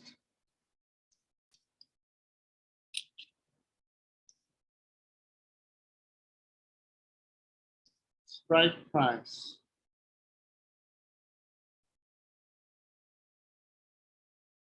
let me go back to the PowerPoint because I want to make sure that I get the highest and low, because we keep using highest and lowest, and I want to make sure that I'm saying it right.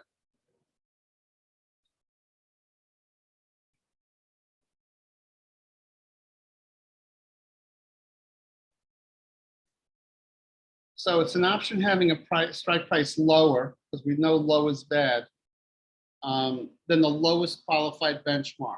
So we want to know what is the lowest qualified benchmark, and the lowest qualified benchmark is the highest available strike price, which is less than the stock price. Okay, so let me go back to the whiteboard. And again, I apologize. The lowest and highest start getting me confused. Other than I know what the right answer is.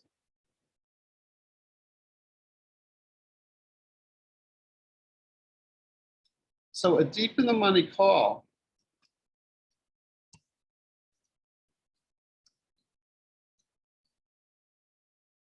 has a strike price lower than the qualified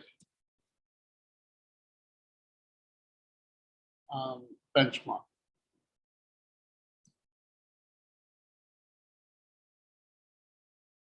And what's the qualified benchmark?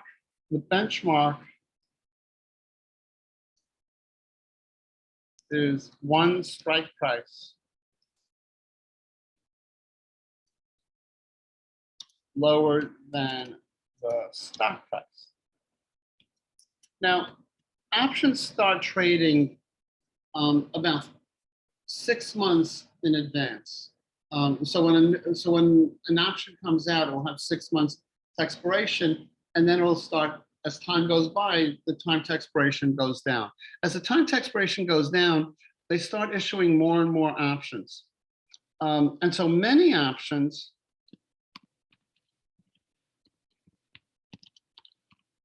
have strike prices in $1 increments. When the law was passed, that didn't exist. So when the law was passed,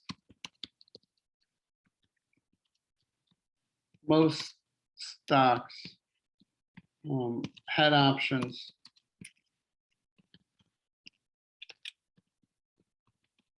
with strike prices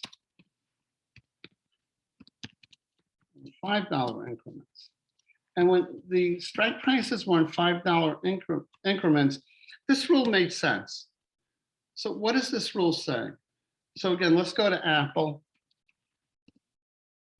And it's at $150 a share.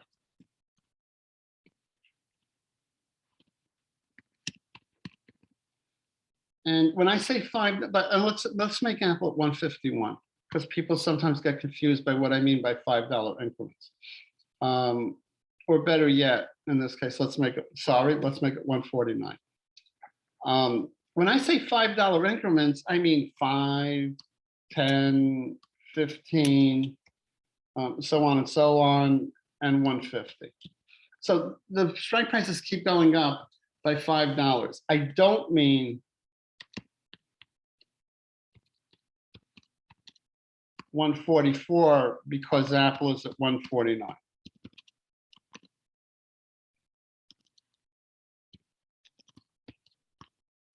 And so what this rule would say is, if Apple is at 149, and so Apple at 149 and strike prices are at $5 intervals,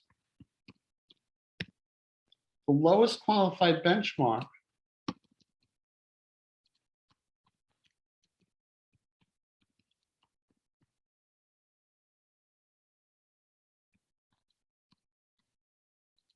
is 145. So the 145 call is a qualified covered call.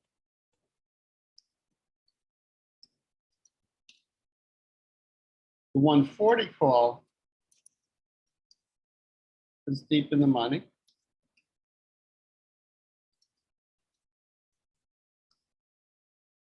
And 150 or above is out of the money and clearly okay.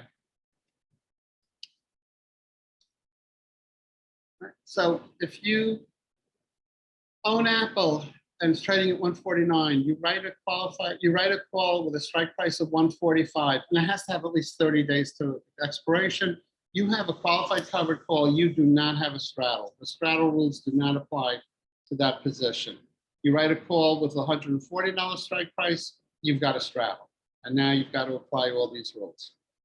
And if we could just stop there, that would be simple, but unfortunately we can't. So let's go back to the PowerPoint and see what else do we have to worry about.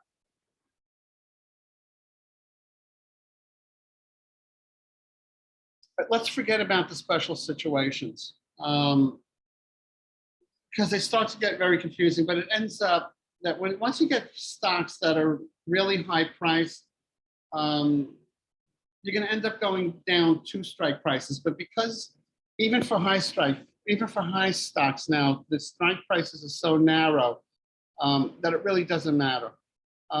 What you should really be thinking about because of the way strike prices work now, is that it's really got to be at the money. I mean, I'm going to give examples where we're using $5 intervals because I want to make sure you understand the rule. And if you do go out 6 months, you do go out a year, the strike prices will be in $5 increments. And again, you look at the listed market to see what these strike price increments are.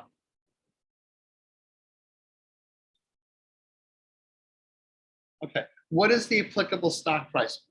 So you might think that, well, if I own Apple and I'm writing a call today, I would compare the strike price of the call to the price of Apple at the time I'm writing it. That's not the rule. The rule, because it would be impossible for the IRS to check that rule and administer that rule.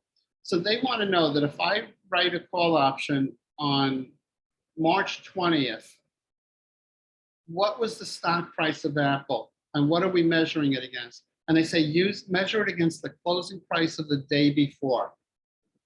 So if I'm writing a call on March 20th, I use the closing price of March 19th. What is the closing price of March 19th? Who knows? You know, they don't define it. Is it the New York Stock Exchange? Is it, if it trades on a number of exchanges, is it the composite? If it's trading later in the day in US terms, because it starts trading in Asia, do we use the Asian prices? I think the best answer is the closing New York Stock Exchange price, if that's its main exchange, or the closing NASDAQ price, if that's its main exchange. And then there's an exception to this. If the price of the stock was $100 per share yesterday, and because there's news on the stock, so the stock flies in the morning and it goes up by more than 10%, then I use the opening price. So if the price was at 100 last night, it opens at 120 today, I use today's opening price. I don't use yesterday's closing price. All right, so a quick example of that, which I think is pretty easy to see.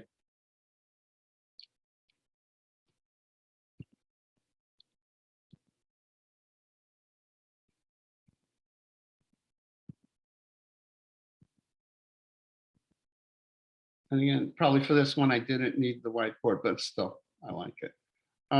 Apple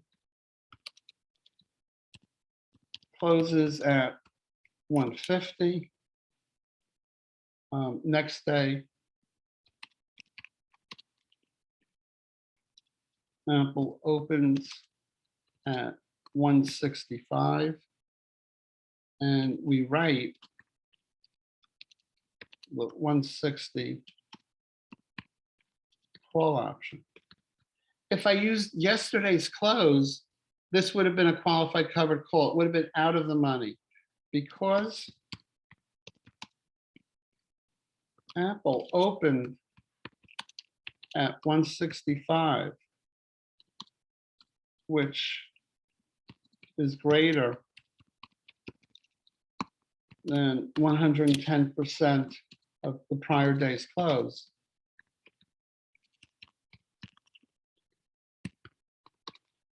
The 165 becomes the applicable stock price.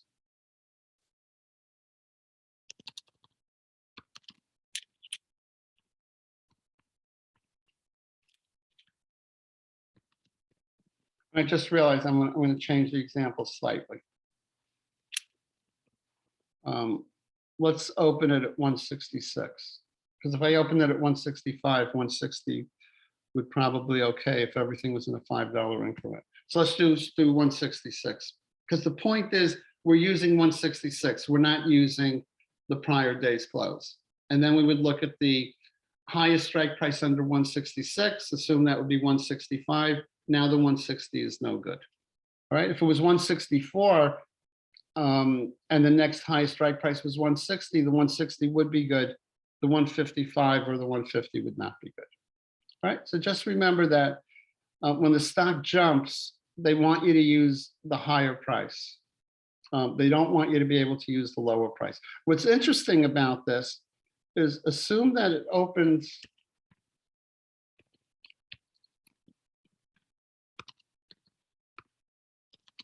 at 164. But later in the day, it goes back to 150. 164 remains the applicable stock price. So you see it at the end of the day, it's at 150. You saw it close yesterday at 150. You have no idea what it opened at. So you write a 150 call and you think you're okay. You're not okay. All right. So when stocks make big moves in the morning, remember that that affects the tax implications of writing calls.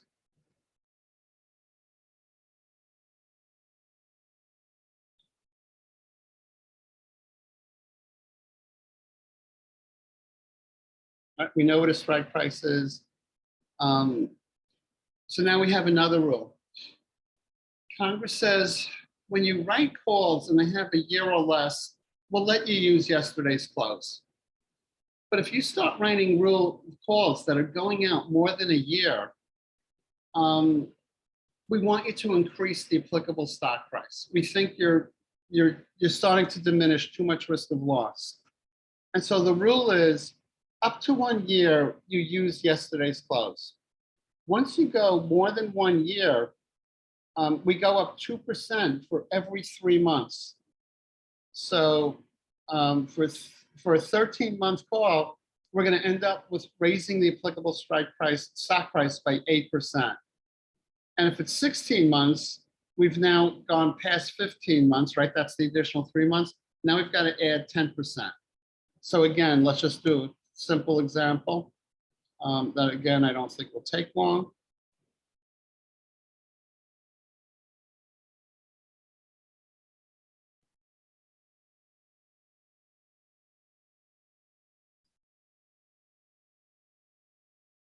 So Apple again is at 150 current price.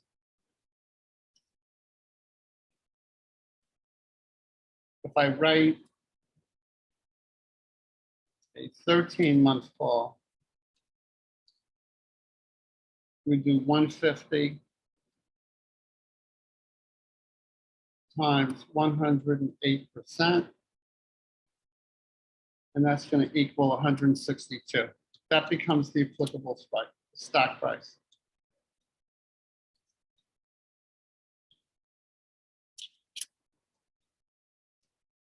And if I write a 16-month call,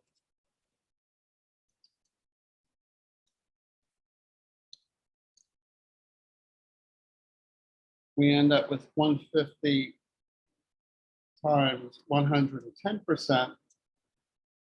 And we now end up with an applicable stock price of 165. So just know that if you have clients that are writing calls that are going out over a year, you can't use yesterday's close. You've got to do a calculation to find out what the applicable stock price is, and then see what you can do to avoid having a straddle. And I'm spending a lot of time on this qualified covered call because, as I said, it's a very, very popular trading strategy. And people should know what they're getting, what the tax ramifications are if they enter into these transactions. Okay, so now we have qualified covered calls. We would say, oh, that's terrific. We're not covered by the straddle rules. Well, guess what? Yes, you are. So luckily, we only have 3 slides to go, and this long class will finally come to an end. But there are a couple of exceptions that you have to be aware of. So the first exception is a special year-end rule. And remember how I said Congress said, look, people who are doing qualified covered calls, they're not playing tax games. Why should we have these rules apply? And then someone in Congress said, but what if they are playing tax games? Why should we let them be able to play these tax games? So we have a year-end rule. And this really is for people who are playing tax games. The year-end rule says if you recognize a loss in current year and recognize a gain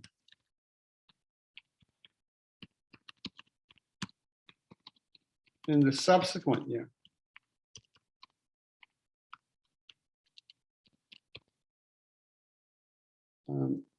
and so there's another and you didn't hold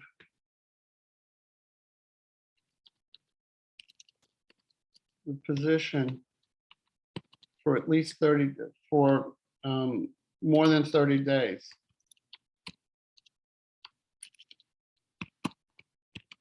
After recognizing the loss, I will go through an example. After recognizing the loss, then the loss is deferred. Now we're back to the normal rules of 1092. And this applies to all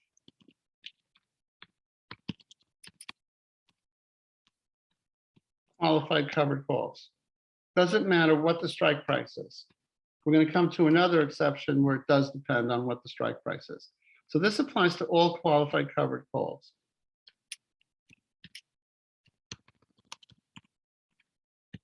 So again, we have Apple at 145. Write calls.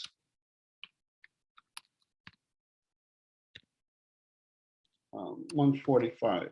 Better yet, 150 strike price.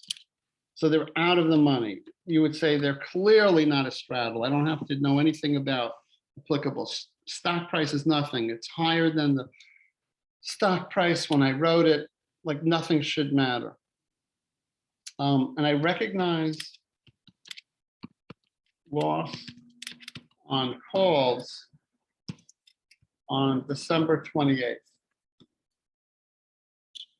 Or December 29th, they have a $1,500 loss.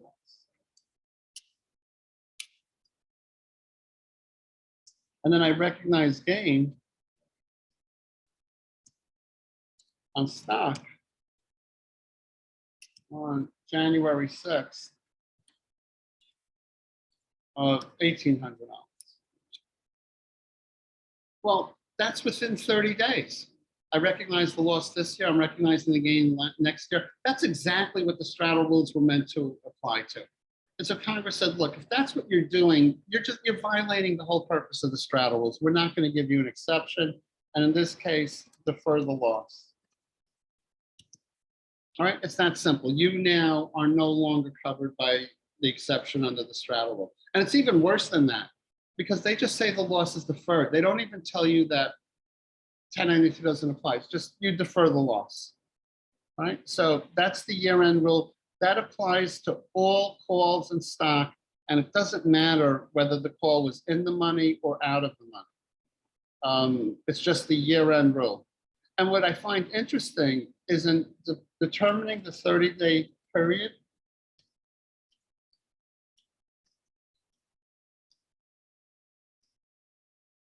they use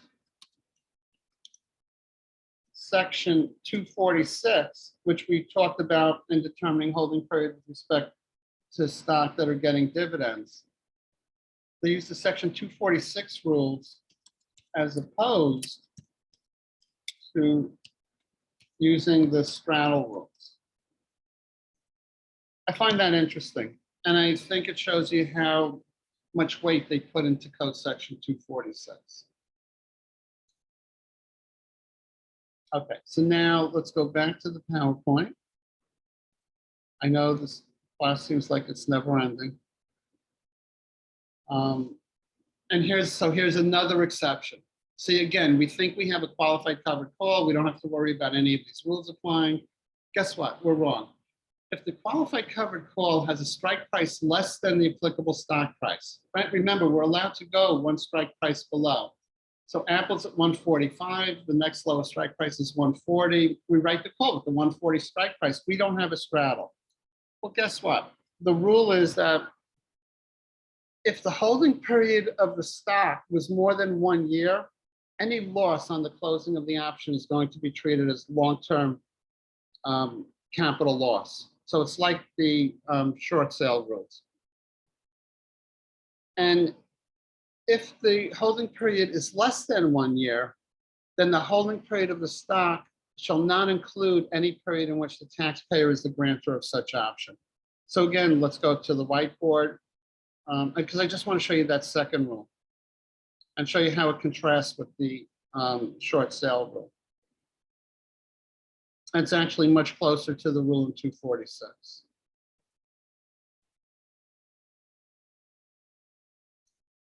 All right, so again, we have Apple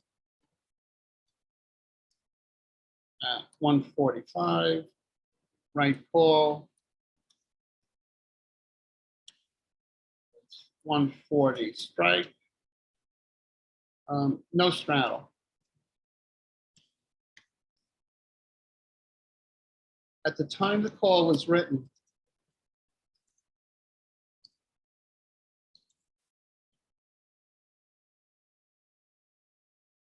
the holding period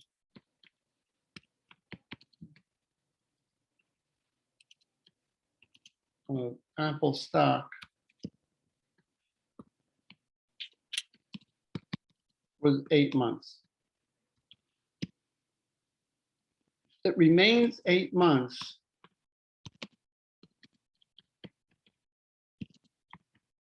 until the call is closed. And then once closed, the holding period continues. Now, this is different than the short sale rule. The short sale rule would have destroyed the holding period. The 8 months would have been lost forever. With this rule, we say, look, we're not going to destroy the holding period. We're just going to suspend the holding period. So if we held the call open for 3 months, then after those 3 months goes by, you only have to hold the stock for another 4 months after that to get long-term gain treatment. You don't have to restart it and hold it for over a year. Right? If the Apple was held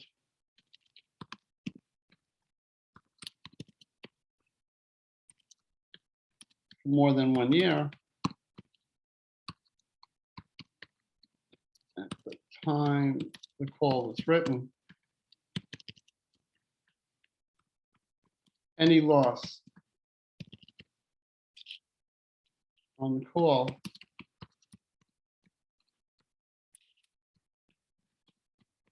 will be long-term. And we need this rule because the call and the Apple are not subject to the straddle rules. If it was subject to the straddle rules, then that would have been the rule anyway. And so that's why this had to be put in. So we'll go back to the PowerPoint.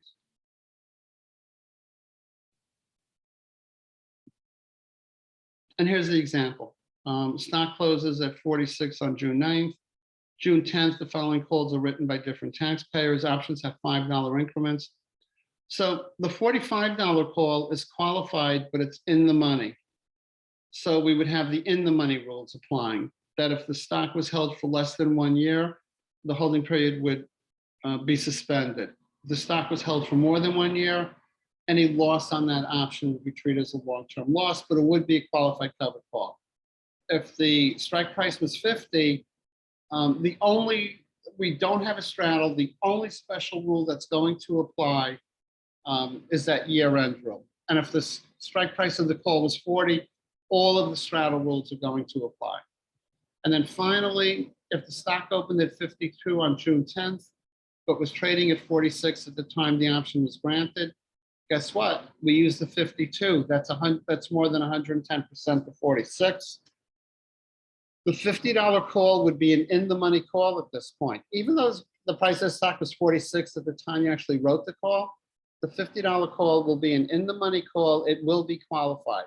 The 40 and 45 are no longer going to be qualified. They're going to create a straddle because of the increase in price on the opening of that day. So I know in this class, I covered a lot. So hopefully you've taken good notes. And you might want to go back and review the class. And obviously, as you're reviewing it, you can stop the tape, you can rewind, you can fast forward. But I realized this was a longer class. Again, we'll have the homework. Hopefully that will help you work through a lot of the problems. And as always, if you have any questions, please do not hesitate to email me or ask to set up a Zoom meeting and we can talk about anything in the class. So we'll see you next class, and next class we'll talk about constructive sounds.